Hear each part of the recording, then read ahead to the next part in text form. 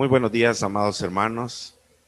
Para nosotros de Tegucigalpa es un placer acompañarlos desde ayer en la tarde-noche y esta mañana. Realmente que estamos muy agradecidos y muy contentos por ver lo que Dios está haciendo en la vida de ustedes, por ver cómo Dios está obrando en sus corazones. Y quiero decirles que los hermanos de Tegucigalpa también les envían saludos. Nuestro compromiso es siempre estar orando por ustedes y eso es algo que tenemos que hacer mucho más todavía, seguir orando por ustedes. Entonces vamos a poner este tiempo en manos del Señor para que sea el Señor derramando su gracia y su espíritu sobre nosotros. Padre, queremos agradecerte por ver tu fidelidad, ver tu amor, Señor, en esta iglesia. Damos gracias, Señor, porque todo es por tu misericordia y por el favor inmerecido que has tenido sobre nosotros, Señor. Hoy venimos alabando tu nombre, glorificándote a ti, exaltándote, Señor, sabiendo que tú eres el único que merece toda la adoración. Y pedimos, Señor, que tú pongas en sintonía nuestro corazón y nuestra mente para servirte, para adorarte, para entender tu palabra, Señor. Y que nos hables, Padre, que nos hables a través de estos pasajes, Señor, que son un tesoro para nuestra vida. Y que seas tú obrando en tu iglesia, Señor, y seas tú animándonos, llevándonos a ser fieles. Ponemos nuestro corazón ante ti, Señor, para que tú nos guíes y tú nos uses, Señor. Que podamos ser un instrumento en tu mano, Padre Santo. En tu santo nombre oramos y te decimos amén. Hermanos, podemos ir buscando Apocalipsis, el libro de Apocalipsis, capítulo 2. Vamos a estar viendo los versículos del 8 al 11. Y yo titulé esta enseñanza, hermanos, llamados a ser fieles. Porque si hay algo que Dios desea para la vida de cada uno de nosotros, es que nosotros seamos fieles a Él. Si hay algo en lo que nosotros debemos esforzarnos, es en mantenernos de una manera constante, siendo fieles al Señor. Y esto es lo que nos enseña este pasaje. Esta era una iglesia que estaba viviendo para Dios, era una iglesia que estaba mostrando el fruto de Dios en sus vidas. Y ese es nuestro deseo para la iglesia de Choluteca y para cada iglesia en nuestro país, que realmente reflejemos el amor de Dios y el carácter de Cristo. Vamos a ir a Apocalipsis capítulo 2, versículos del 8 al 11, y vamos a leerlos para crearnos un panorama general. Y la palabra de Dios dice: escribe al ángel de la iglesia en Esmirna, el primero y el último, el que estuvo muerto y ha vuelto a la vida, dice esto: yo conozco tus obras, tu tribulación y tu pobreza, pero tú eres rico, y la blasfemia de los que se dicen ser judíos y no lo son, que son sinagoga de Satanás. No temas lo que estás por sufrir. He aquí el diablo echará a alguno de vosotros en la cárcel para que seáis probados, y tendréis tribulación por 10 días. Sé fiel hasta la muerte, y yo te daré la corona de la vida. El que tiene oído, oiga lo que el Espíritu dice a las iglesias. El vencedor no sufrirá daño de la muerte segunda. Entonces, este pasaje nos está llamando a ser fieles. Y lo que vamos a ver son cuatro razones que deben motivarnos, que deben impulsarnos a ser fieles al nombre del Señor. La primera razón la encontramos en el versículo 8. Y hermanos, somos llamados a ser fieles porque Cristo es Señor, porque Él es la autoridad sobre la iglesia. Cuando vemos el versículo 8 dice: escribe a la iglesia en Esmirna, escribe a la iglesia en Esmirna. Aquí la palabra escribe es la palabra grafo, lo cual, y está en un imperativo. ¿Qué nos enseña esto?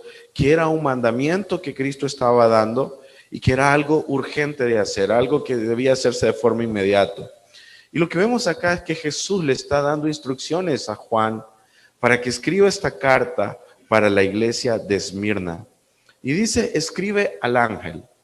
Al ángel. La palabra ángel en la escritura tiene varias traducciones. Por lo general se refiere a un ángel, a un ser sobrenatural. Pero a veces el significado que tiene en la escritura es un mensajero, un enviado por Dios. En este caso se está refiriendo a un anciano, a un pastor, lo está llamando como un ángel de Dios. Un anciano que era el que dirigía esta iglesia, el que dirigía la iglesia de Esmirna. Pero en algunos otros pasajes, esta palabra ángel también es traducida como un representante o un guardián. Y en ambos casos es bien interesante las implicaciones que eso trae para nosotros. Entonces, como pastores, porque aquí se le estaba escribiendo al pastor, como pastores, nosotros somos llamados a ser representantes de Dios acá en la tierra. ¿Por qué? Porque nosotros llevamos las buenas nuevas de salvación. Somos representantes del reino y nosotros testificamos del evangelio para que las personas se unan a este reino. Ese es el propósito. Dios nos ha llamado para ser santos, como estamos celebrando hoy, pero también Dios nos ha llamado con una misión y esa misión es compartir el evangelio. En 2 Corintios 5:20, si pueden buscar en sus Biblias, 2 Corintios 5:20.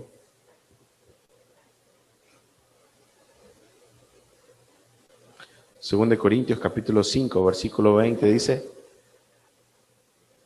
así que somos embajadores en nombre de Cristo, como si Dios rogase por medio de nosotros, os rogamos en nombre de Cristo, reconciliados con Dios. ¿Qué dice la Biblia que somos? Somos embajadores en nombre de Cristo. ¿Cuál es nuestra tarea como representantes de Dios? Llevar el evangelio, llevar el reino de Dios. Y esta palabra embajadores, nosotros la relacionamos como un embajador en nuestros días. Pero en aquel momento, las culturas, cuando había un reino, enviaban a un mensajero que iba adelante.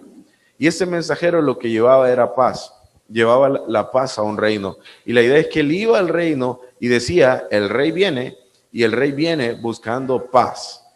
El rey viene para que ustedes formen parte de su reino. Pero si ellos no aceptaban la paz y no aceptaban la venida del reino, entonces el rey va a venir para juicio, el rey va a venir para justicia. Y esa es la idea. Nosotros anunciamos la paz. Nosotros anunciamos las buenas nuevas y la reconciliación que Dios quiere que los hombres tengan con Él. Ahora, yo quiero decirles que esa misión no solo es para los pastores. Pues Dios nos ha dado esa carga, esa responsabilidad, una carga buena por llevar la palabra del Señor. Una carga que hacemos por amor, que no es sencilla. Pero también Dios quiere que esa responsabilidad se extienda a todos. Este pasaje no solo se refiere a los pastores, que somos embajadores. Cada uno de ustedes que ha entregado a Cristo, Dios los ha hecho un embajador, un representante del reino acá en la tierra. Y lo que Dios desea es que nosotros promulguemos el evangelio, que nosotros compartamos el evangelio. Ángel también se traduce como guardianes. ¿Y qué significa? Que como pastor, mencionamos un poco, somos llamados a cuidar diligentemente la obra del Señor. Dios ha puesto a los líderes, a los ancianos, para cuidar la obra del Señor. ¿Qué cosas debemos cuidar? Debemos cuidar la sana enseñanza. Es importante que nosotros velemos porque la iglesia esté predicando una sana enseñanza. También es importante que como pastores nosotros guardemos la unidad, que haya amor. Y es importante que cuidemos de la vida espiritual de los hermanos, que estemos viendo cómo los hermanos están caminando y cómo están viviendo para el Señor. Y parte de cuidar es que cuando un hermano falla, peca, ¿cuál es la labor del pastor? Venir y corregir a aquel hermano. Y la corrección a veces no gusta, a veces nos enoja. Pero si yo estoy viviendo delante de Dios, yo debo entender que esa corrección es por amor. La corrección no es para hacer un daño, la corrección es para que caminemos bien delante de Dios. Ahora, esa tarea, hermanos, no solo corresponde a los pastores. Es muy importante que ustedes como iglesia se comprometan a cuidar la sana enseñanza, a cuidar la unidad, a cuidar de la iglesia del Señor. Y yo quiero decirles que para eso es necesario que ustedes crezcan. Yo no puedo cuidar si yo no conozco la palabra, si yo no conozco la escritura, si yo no sé qué es lo que Dios me dice que tengo que hacer. Entonces, para ser fieles al llamado del Señor, nosotros debemos crecer. Debemos crecer y conocer y empaparnos más de la palabra del Señor. En Tito, vamos a Tito, a capítulo 1, versículo 5. Tito 1:5. Y Tito 1:5 dice así, dice, por esta causa te dejé en Creta para que corrigieses lo deficiente y establecieses ancianos en cada ciudad, así como yo te mandé. Pablo le está enseñando a Tito de que era importante que él estuviera en Creta. Parece que en Creta habían problemas. La iglesia estaba teniendo problemas. Y le dice, para que corrijas lo deficiente. La idea acá es para que rectifiques, para que ordenes lo que está desordenado, para que corrijas lo que está mal, para que ayudes a que la iglesia pueda caminar bien. Hermanos, el que ha tenido el llamado de pastor, primero tiene que examinar su vida y tiene que enderezar y corregir su vida para hacer testimonio a los demás. Pero algo bien importante es que como iglesia ustedes deben orar porque Dios levante hombres que sean fieles, hombres que quieran servir a Dios y que sean el liderazgo de la iglesia. Una iglesia no va a crecer si no tiene un liderazgo fuerte. Y algo que vemos acá es que hay hombres que aman al Señor y que están creciendo y que quieren servir. Pero necesitamos orar más y que se levanten más hombres todavía para que la obra del Señor siga creciendo. Entonces, al igual que ser representantes del Señor, debemos ser guardianes por la sana doctrina. Juan está escribiendo a la iglesia de Esmirna, al ángel de la iglesia de Esmirna. Esmirna era una de las 7 ciudades de Asia Menor. Una de las 7 ciudades de Asia Menor, donde se habían establecido las iglesias. Esmirna era una ciudad costera, era muy transitada, había mucho comercio, por tanto había mucho paganismo, había una mezcla de dioses. Algo que tenía la cultura griega era que habían muchos dioses. Entonces, esta ciudad llegó a ser una de las ciudades más ricas del área. Y Esmirna era conocida por ser una ciudad que se sometía al Imperio Romano, que obedecía. Y en contraste con la ciudad, la iglesia de Esmirna era una iglesia pobre. Y esto nos muestra la dureza de corazón que había en este lugar, pero también nos muestra que había un rechazo y una oposición al evangelio. Esmirna era una ciudad famosa por la ciencia, por la medicina y por tener grandes ciudades. Era una ciudad de mucha opulencia. Pero también aquí habían muchos judíos que se oponían al verdadero evangelio, que se oponían al verdadero cristianismo. Pero en medio de esto, el Señor se describe a sí mismo, y esa es la primera razón la que estamos dando. ¿Por qué debemos ser fieles? Porque Cristo es nuestro Señor. Y el versículo 8 dice, el primero y el postrero, el que estuvo muerto y vivió, dice esto. Cuando hablamos del primero y el postrero, estamos hablando de la eternidad de Dios. Lo que está mostrando el eterno Dios es el que dice esto. Pero el pasaje es acompañado también con que dice el que estuvo muerto y el que vivió. Y está hablando del eterno Dios que es Cristo. Y está haciendo la mención que ese que murió en la cruz es Dios Todopoderoso. También este pasaje está haciendo referencia a Isaías 44:6 e Isaías 48:12, donde Jehová se muestra como el primero y el último. Y lo que está marcando acá este pasaje es que Cristo es el eterno Dios, el Todopoderoso, y Él es el que le escribe a la iglesia. Él es el que le está escribiendo a la iglesia. Y porque Él es el Dios eterno, todopoderoso, hermanos, nosotros somos llamados a ser fieles. Él tiene toda la autoridad para pedirnos su fidelidad. Y Él tiene toda la autoridad para pedirnos que le sigamos con amor. La segunda razón por la cual somos llamados a ser fieles es porque el Señor nos conoce y está con nosotros. Porque todo aquel que ha recibido a Cristo en su corazón va a buscar ser fiel, porque va a entender lo que Dios ha hecho por nosotros y porque Cristo es el Señor de su vida. El versículo 9 dice: yo conozco tus obras y tu tribulación y tu pobreza, pero tú eres rico. Este pasaje me muestra que el Señor conoce a la iglesia. El Señor estaba viendo a la iglesia y el Señor estaba viendo todo lo que la iglesia estaba haciendo. El Señor, hermano, conoce si tú estás siendo fiel o si no estás siendo fiel. El Señor conoce si tú estás comprometido con Él o si no estás comprometido. El Señor conoce si tú eres obediente o si estás siendo desobediente. El Señor está atento, Él se interesa por su iglesia y eso es bien importante. Él está viendo si nosotros estamos siendo fieles y constantes. El Señor si nosotros se interesa por lo que nosotros hacemos por amor a su nombre. Y la palabra yo conozco puede traducirse: yo entiendo lo que estás pasando. Y esto debe darnos aliento. El Señor entiende lo que esta iglesia estaba pasando y entiende lo que cada iglesia está sufriendo y está pasando. Yo estoy viendo tu sufrimiento, yo estoy viendo lo que tú estás padeciendo. Esta palabra yo conozco también es usada en 1 Tesalonicenses 5:12 y es usada en el contexto de que yo os ruego, hermanos, que reconozcáis a los que trabajan entre vosotros, que identifiquen.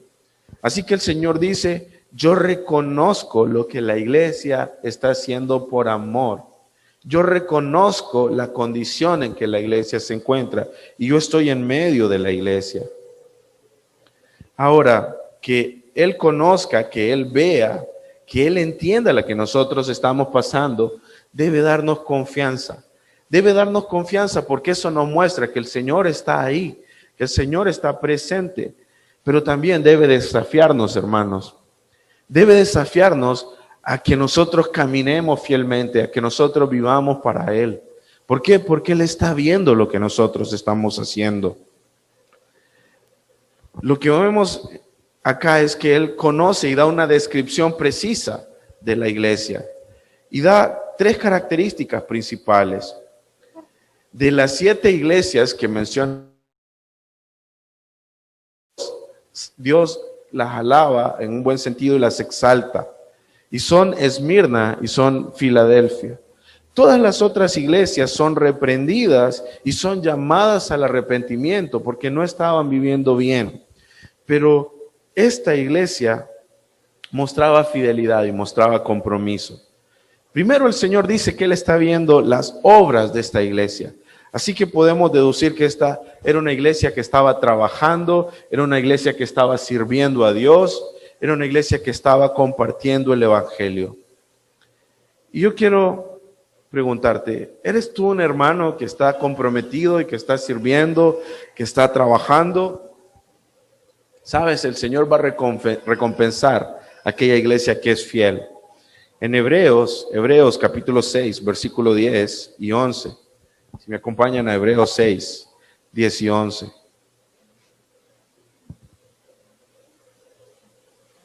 Hebreos capítulo 6, versículo 10 y 11.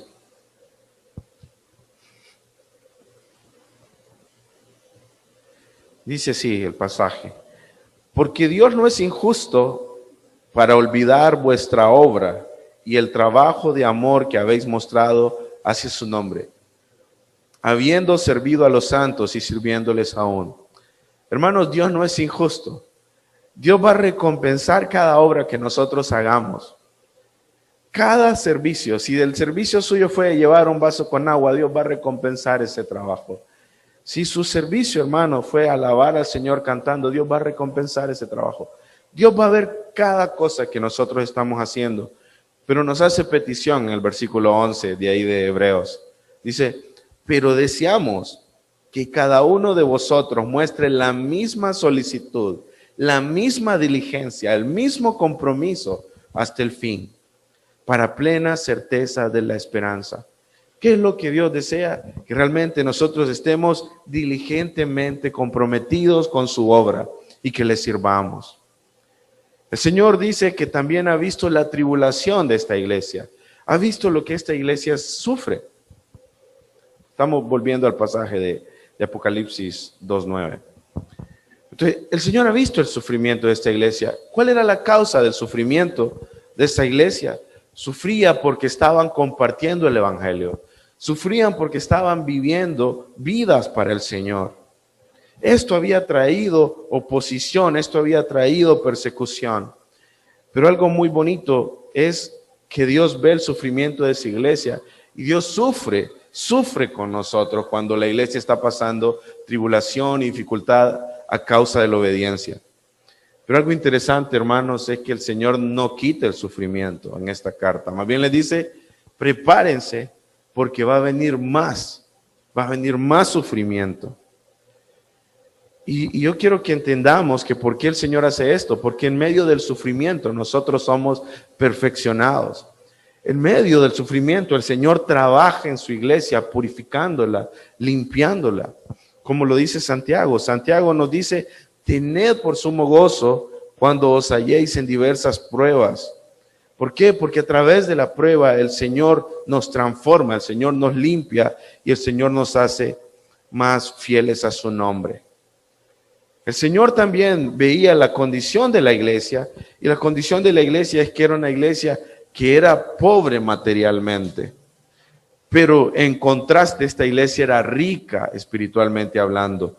Esta era una iglesia que mostraba fe, era una iglesia que mostraba gracia, era una iglesia que mostraba amor, y a pesar de ser perseguidos, ellos se mantenían firmes. Ahora esto es bien importante. ¿En qué está más interesado el Señor, hermanos? ¿En la riqueza? ¿En un edificio?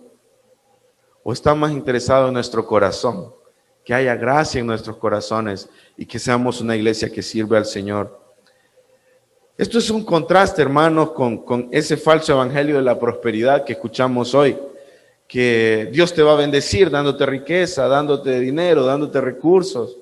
Eso no es el evangelio. Aquí vemos que esta iglesia era pobre, que esta iglesia tenía la bendición de Dios y Dios no lo estaba prosperando ni multiplicando. Lo que sí estaba haciendo era derramando su gracia para que se comportaran de una manera digna del evangelio. Entonces, hermanos, una iglesia bíblica va a tener obras. Una iglesia bíblica va a mostrarse a través de sus obras. Va a tener hermanos que sirven arduamente. Va a tener hermanos que están comprometidos con el Señor. Y todo esto, ¿por qué lo hacen? Lo hacen por amor. Por amor al Señor, por amor a Cristo. ¿Cómo está siendo tu servicio? ¿Estás sirviendo dentro de la iglesia? ¿Estás comprometido tú con la obra del Señor? El Señor se goza cuando ve a la iglesia involucrada y cuando ve a cada hermano sirviendo fielmente. Una iglesia bíblica, hermano, va a padecer sufrimiento y va a padecer persecución. Y justamente esto es lo que hace que sea bíblica. Cuando una iglesia está en armonía con el mundo, cuando una iglesia es aceptada por el mundo, esto indica que la iglesia no está siendo bíblica. Pero cuando una iglesia camina fielmente a Dios, la iglesia va a tener oposición. Y va a tener oposición de otras religiones, va a tener oposición del gobierno, va a tener oposición de muchos lados. Entonces necesitamos entender que entre más bíblicos seamos, mayor oposición va a venir. Una iglesia bíblica va a ser una iglesia rica espiritualmente. Sus prioridades no están en lo material, sino que sus prioridades están en estudiar la palabra de Dios. Es una iglesia que se esmera en crecer y estudiar la palabra de Dios. Y esto es muy importante para que nos convirtamos en hermanos maduros. Va a ser una iglesia que va a estar enfocada en la oración. Una iglesia bíblica es aquella que es guiada por el Espíritu Santo y tiene un liderazgo fuerte. Yo quiero preguntarte, hermanos, ¿dónde está tu enfoque? ¿Tu enfoque está en las cosas materiales? No es que es malo tenerlas, pero necesitamos entender que nuestra prioridad debe ser el Señor. Y yo quiero animarte a ser fiel en eso. Comprométete, no con el pastor, sino con Cristo. Comprométete a crecer y a ser fiel con el Señor. Ahora, algo interesante también es que el Señor conoce a los enemigos. En este pasaje, volviendo al versículo 9, dice: y conozco la blasfemia de los que se dicen ser judíos y no lo son, sino sinagoga de Satanás. Como mencioné antes, habían muchos judíos en esta ciudad, muchos judíos. ¿Y cómo ellos blasfemaban el nombre de Dios? Persiguiendo a la iglesia, oponiéndose a la iglesia. Y aquí los llama sinagoga de Satanás y dice que se dicen ser judíos, que se llaman así judíos. Y yo quiero decirles que si eran verdaderos judíos, pero los llama así porque los judíos eran el pueblo escogido de Dios, llamados a predicar la palabra y llamados a seguir al Dios verdadero. Pero ellos se habían alejado, ellos no conocían al Dios verdadero. ¿Y qué estaban haciendo? En vez de servir al Dios verdadero, tenían un Dios falso y no estaban apoyando la obra de Dios. Entonces, esto mismo pasó con Saulo de Tarso antes de que se convirtiera, y más adelante sería Pablo. El Señor le dice: Saulo, Saulo, ¿por qué me persigues? Porque él, pensando que era fiel a Dios, estaba persiguiendo a la iglesia verdadera. Y esto es lo que nos está mostrando acá. Eso es lo que nos está mostrando. Estos se llamaban judíos, pero no servían al Dios verdadero y se estaban oponiendo. Estos judíos se habían unido al imperio para luchar contra los cristianos, para oponerse a los cristianos. ¿Y saben cómo los llama a estos judíos? Les dice sinagoga de Satanás, porque todo aquel que se opone y rechaza el evangelio está sirviendo a Satanás. Todo aquel que predica un falso evangelio está sirviendo a Satanás. Todo aquel que persigue a la iglesia del Señor está sirviendo a Satanás. Los judíos eran el pueblo de Dios, pero se habían convertido en un instrumento de Satanás por rechazar la palabra y por rechazar el evangelio y a su Mesías. Y yo quiero preguntarles, ¿qué hace el mundo hoy? El mundo está en contra del cristiano. Y por eso nosotros somos llamados a ser luz. Ahora, fíjense en algo interesante. El Señor conocía que esta iglesia estaba sufriendo, pero no les quita el sufrimiento. El Señor conocía que eran pobres económicamente, pero no les quita la pobreza. El Señor conocía que eran perseguidos, pero el Señor no quita a los perseguidores. ¿Qué hace el Señor? El Señor los anima, sigan siendo fieles, perseveren siendo fieles. Y este es el tercer punto, hermanos. Somos llamados a ser fieles porque es su mandamiento. El Señor nos manda, el Señor nos anima y nos exhorta que nosotros seamos fieles. El versículo 10, acompáñenme a leerlo. No temas en nada lo que vas a padecer. He aquí el diablo echará a algunos de vosotros en la cárcel para que seáis probados. Y tendréis tribulación por 10 días. Sé fiel hasta la muerte y yo te daré la corona de la vida. El llamado, la petición.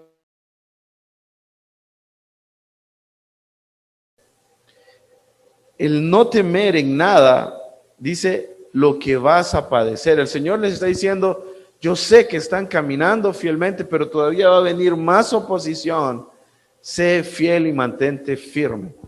No temas cuando tú mires la oposición. ¿Por qué? Porque yo estoy ahí en medio de la iglesia, guiando e impulsando a la iglesia. Normalmente cuando nosotros vemos situaciones difíciles nos amedrentamos, sentimos temor, pero eso no debe ser lo que guíe nuestro corazón. Como hijos de Dios debemos ser valientes y ser impulsados por la palabra del Señor. Pero si hay algo, hermanos, que nosotros debemos entender y debemos estar seguros, es que va a haber oposición. Si usted empieza a vivir fielmente para el Señor, la oposición va a venir. La oposición va a venir en su casa, en su familia. La oposición va a venir con sus amigos, con sus compañeros de trabajo. Pero la oposición va a venir si usted es fiel al Señor. Pero ¿qué necesitamos? Ser fieles. Esto muestra que estamos caminando correctamente con el Señor. ¿Y qué es lo que necesitamos? La gracia del Señor en medio de la prueba. Me da mucha alegría ver que hay muchos que están acá, cuando hay un coronavirus ahí que tiene a muchos con temor, muchos que no se quieren congregar y muchos que están paralizados por esto. Pero la idea es que seamos valientes y que avancemos, que nos congreguemos, que sirvamos a Cristo, aun cuando nos toque morir. El Señor le dice, sé fiel hasta la muerte. Y vamos a ver un poco más sobre eso. ¿Qué les está advirtiendo? Que Satanás los iba a atacar. Hermanos, si hay algo que necesitamos entender es que hay un enemigo que está activo ahí y quiere atacarnos. Él quiere destruir la obra de Dios. Y nosotros tenemos que estar bien plantados. ¿Cómo? Velando y orando en todo tiempo. Con una fe firme. En Efesios dice que nos pongamos el escudo de la fe. Y la fe es el pilar para que nosotros perseveremos en caminar con el Señor. Necesitamos tener una fe firme para seguir avanzando. Y el Señor le dice, algunos de ustedes van a ser probados, van a ser puestos a prueba y van a ser encarcelados. Sé fiel hasta la muerte. Este sé fiel es un imperativo y en forma presente. Y lo que está diciendo es, constantemente tú debes ser fiel.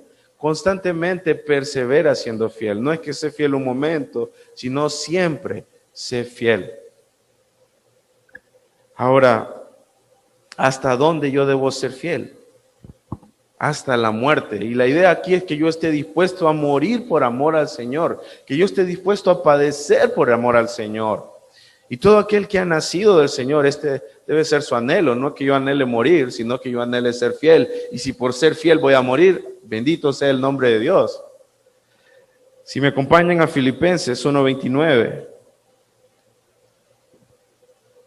Filipenses capítulo 1, versículo 29.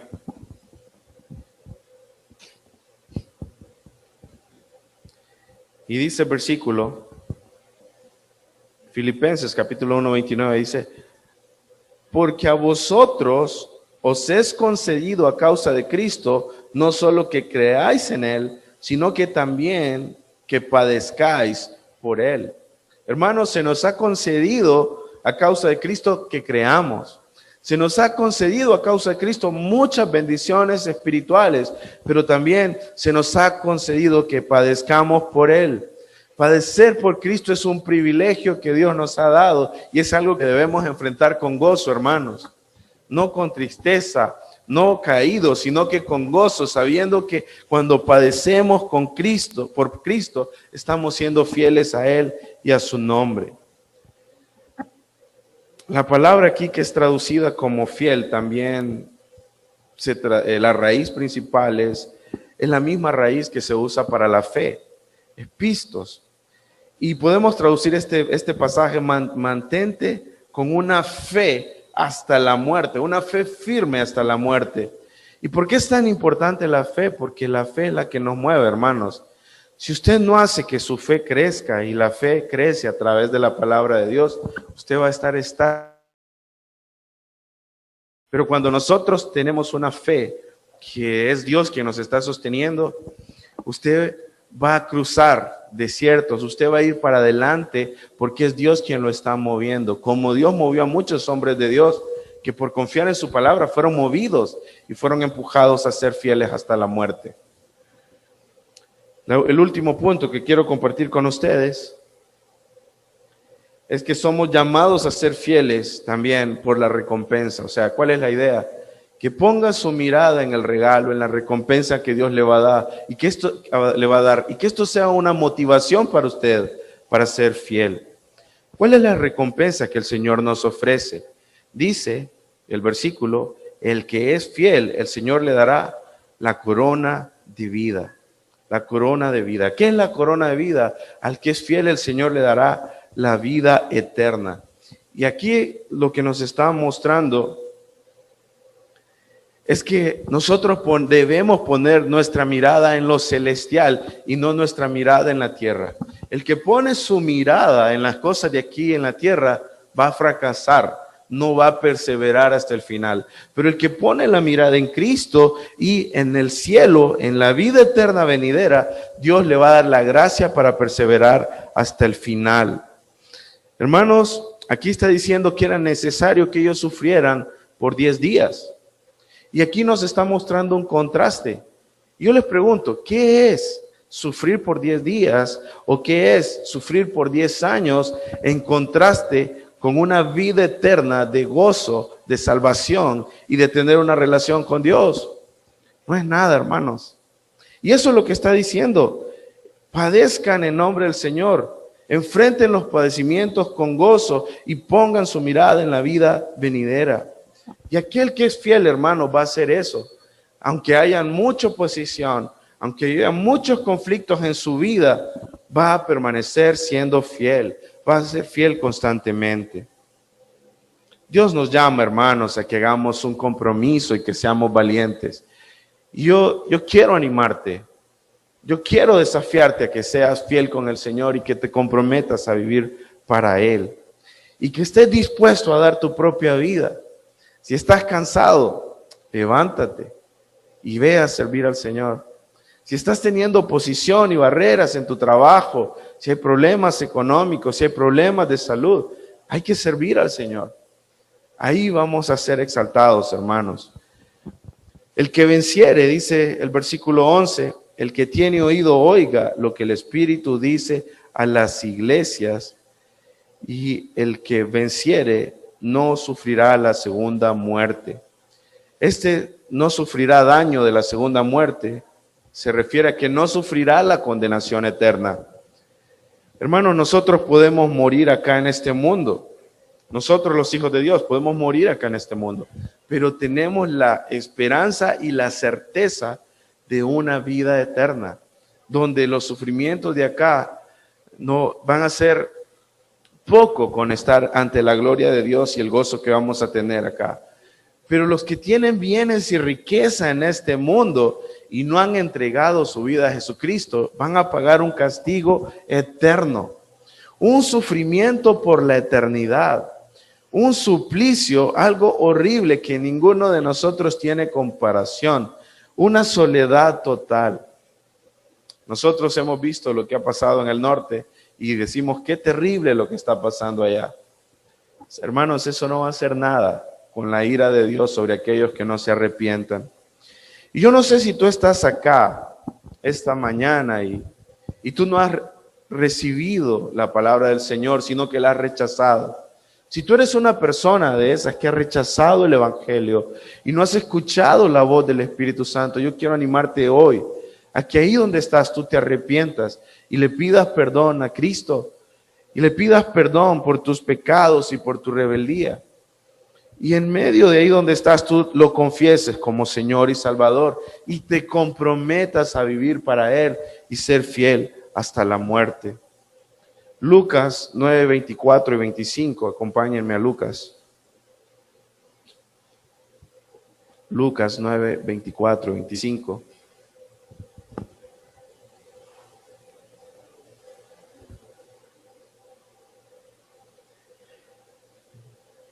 Dice así, hermanos, porque todo el que quiera salvar su vida, la perderá. Y todo el que pierda su vida por causa de mí, éste la salvará. ¿A quién nos está llamando el Señor? A que perdamos nuestra vida por amor al Señor. A que renunciemos a todo aquello que nosotros ponemos en primer lugar por amor al Señor. Y si nos toca morir siendo fieles a Cristo, ¿qué importa? Cristo es Señor y Cristo se lleva la gloria. Versículo 25, pues ¿qué aprovecha el hombre si gana todo el mundo y se destruye o se pierde a sí mismo? Lo más importante, hermanos, no es lo que hay en esta tierra. Lo más importante es lo que el Señor nos ofrece, una vida eterna, la libertad de un castigo eterno y sobre todo que nos dé el privilegio de que sirvamos hoy. Yo quiero cerrar este tiempo animándote a que busques la recompensa eterna. que busque lo que el Señor nos ofrece en su palabra. Y tengo 4 conclusiones con que quiero que se vayan, hermanos. La primera es, al Señor le interesa tu servicio. Dios está interesado que tú sirvas, pero lo que más desea Él son hombres y mujeres fieles. Dios quiere hombres, mujeres fieles que estén comprometidos. Esa palabra fiel es leal, constante, sirviendo al Señor. Y yo quiero animarles a ser cada uno de ustedes un hermano que fielmente estudia la palabra de Dios, un hermano que fielmente ora por su iglesia, por sus hermanos, hermanos que fielmente se congregan y que fielmente sirven al Señor. Dios está viendo tu fidelidad, Él va a recompensar tu fidelidad. Segundo, Dios está más interesado en que seamos una iglesia rica en fe y rica en gracia. No tanto que seamos una iglesia rica económicamente, no. El Señor ve con agrado y con gozo a los hermanos que están creciendo en su interior espiritualmente. Esa debe ser tu meta, hermano, crecer espiritualmente. ¿Y sabes qué? Lo demás va a venir por añadidura. El Señor va a proveer lo que tu familia necesita y lo que la iglesia necesita. El Señor se goza en ver hijos fieles que están dispuestos a sacrificar su propia vida por amor al nombre de Dios. A estos hijos el Señor no quita las pruebas. Yo quiero decirte, el Señor no va a quitar las pruebas, sino que el Señor les da la gracia para perseverar fieles hasta el fin. El Señor nos da la gracia para salir firmes y perseverar caminando con el Señor. Y por último, si pones la mirada en la recompensa, vas a tener el ánimo que necesitas. Si pones la mirada acá, en los problemas, en las noticias, en todo lo que está pasando, vas a caer. Pero si pones la mirada en la recompensa, el Señor te dará ánimo, el Señor te dará fuerzas para seguir adelante. No te aferres a las cosas de este mundo, que eso es temporal. Aférrate a la vida eterna. Aférrate a que es mejor padecer temporalmente acá que padecer por la eternidad. Eso es lo que debemos aferrarnos, hermanos. Vamos a terminar orando. Padre, yo quiero darte gracias porque tú eres fiel en todo tiempo y en tu misericordia has tenido la gracia para darnos el perdón. Yo oro, Señor, porque en nuestro corazón haya un compromiso pleno de vivir para ti y ser fieles hasta el final, Señor. Y aunque hayan obstáculos, Señor, oro porque cada hermano está convencido que hay una meta y esa meta es estar en tu presencia en el reino de los cielos. Y que no pongan su mirada, Señor, en las aflicciones y en los problemas y en la oposición que hay en este mundo, Señor, sino que pongan tu mirada en ti. Y que a través, Señor, de las pruebas, esta iglesia pueda ser exaltada, Señor. Yo oro porque levantes hombres y mujeres que te amen y que hagan un compromiso de vivir para ti, Señor. Y agradecemos porque nos has dado vida eterna. Y agradecemos porque pones nuestro enfoque, Señor, en las cosas eternas y no en las de esta tierra. Damos gracias por lo que tú estás haciendo en Choluteca, Señor, y rogamos que sigas haciendo crecer a tu iglesia, Padre. Alabamos tu nombre y te glorificamos en el nombre de nuestro Señor Jesucristo. Amén.